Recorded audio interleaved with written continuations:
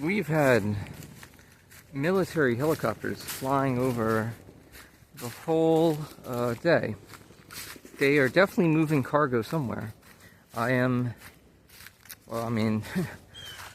doesn't matter where I am, but I'm close to a military base, probably like 15-20 miles. And it's not the first time. The last time that we had this much air traffic from helicopters was right before, like a week, 6 days before the Venezuela attack, where they kidnapped Maduro.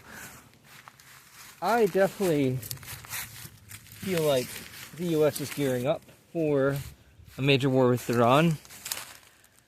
What's tricky about this one, and interesting, is that, okay, it's gone. So this one went that way across the sky. The other one before was moving this way, and it was three of them in a line, spaced out, probably 700 feet apart.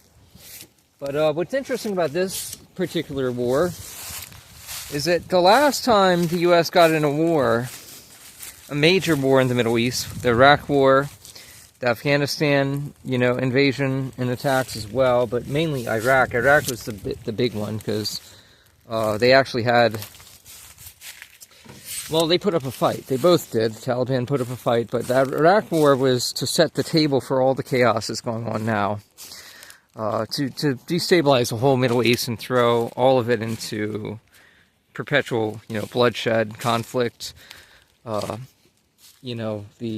ISIS that we created with our CIA and Mossad and Saudi, funding, all that. What's interesting about the Iran war that's coming up, I'm recording this on second week of February, 2026, but the Iran war is the first time that we, the American people, actually have a choice in the matter. Because when the 9/11 attacks happened, that set the stage for all the propaganda and the weapons of mass destruction and all that, for the most part, Americans were in a very deep slumber.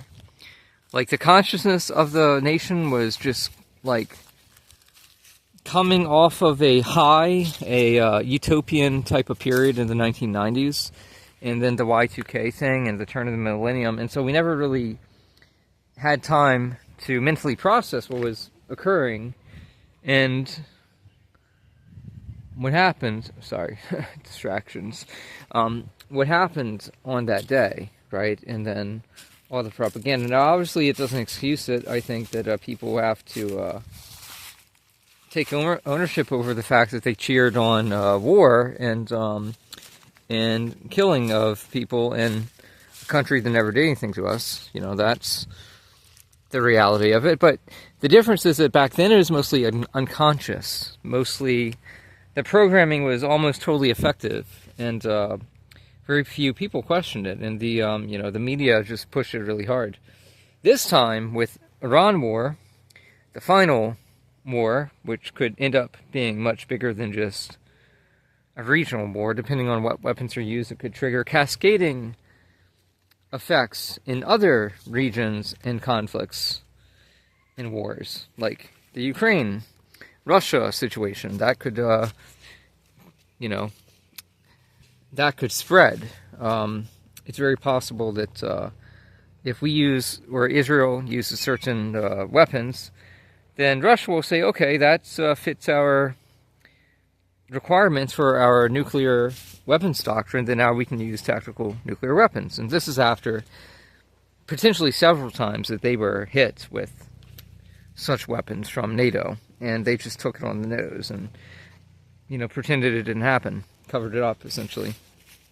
The general staff know, the military know, but the Russian public probably don't know, and the American public don't know. But that's, unfortunate reality. But the thing with Iran is, everyone can see it now. We can see all the forces of tyranny and evil and control being erected around us. We see how citizens domestically are treated with ICE. This is a few days ago, there's been massive protests all across Australia over Isaac Herzog, the president of Israel, visiting and telling their heads of state what to do, and it's a mess. And so Australia, they are brutally suppressing their citizens with their police forces, especially New South Wales, just beating people, detain, all kinds of things, just total abuses of free speech and rights, and so they're going down the tubes, and it's happening everywhere pretty much. Some places there'll be a moment where it takes all the headlines, but realistically, like, this is the whole world now. The UK is firing and arresting nurses. We have, I think it's Dr. Rana, I'm not sure how to pronounce her name, but she's really been holding the line and not, giving up on her cause just because they threaten her with more, punishments. And that's happening in the UK. It's happening in Canada as well, in various parts, extensions of like the trucker thing where they froze people's bank accounts. But people face immense amount of pressure and threats, both professionally and socially, over this. You have, occasionally a brave actor or actress will come out and say that they're against all this insanity, like Mark Ruffalo. He's pretty good. He's talked about it. And then, just the thing is, and then right now the Epstein files were just released with redactions, of course, but they were published by the Department of Justice. And 3 million of them. And there's supposed to be another 3 million that have not been, and the redactions are super, interesting in their own right. And there's now more leaks to say that they were specifically instructed to try to hide Trump's involvement. And then now Thomas Massey, our congressman, is really making some noise about the names that have been redacted, and he says he's gonna read them out live on air in Congress, and so things are getting just off the rails. I would say intentionally so, but what it all really ties into is that this is the first time where it is a war of choice, where most of America doesn't support it. At least I can tell. I could be wrong about that, but from kind of the barometer I've been measuring, which may be biased, I might have sampling bias in that measure, but most Americans largely don't support these wars. They definitely don't support, Israel bombing people and just killing civilians like mad. But for the Iran war to start, it's like you need the society to have some type of cohesion in the direction of wanting it to happen, I think. And we have an opportunity, of course, to stop all this and to resist and, stop paying taxes, stop voting, stop buying things that aid this, stop contributing to cloud companies and tech companies that suppress speech and, have CIA, NSA, Mossad contracts, stop, start boycotting companies like Oracle, where Larry Ellison says we need to have social credit score policing of citizens to keep on their best behavior, and all this other mad megalomaniacal things that rich and powerful and connected people are saying. And so this war could really end up destroying not just the Middle East, but destroying America, both the society and the government, potentially. Could destroy the world economy. Actually, that's probably guaranteed. The economy is going to be destroyed. It could end up snowballing into a third world war.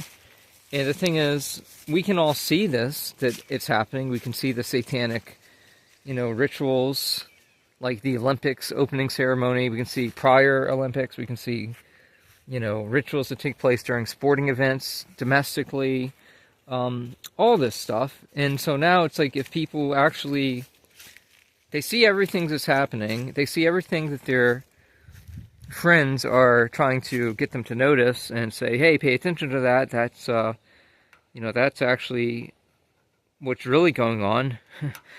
And so if we sit this one out and we let them take us all to hell and to world war, then we have no one else to blame but ourselves. Ultimately, that's what it comes down to. This is a choice. It's a spiritual choice.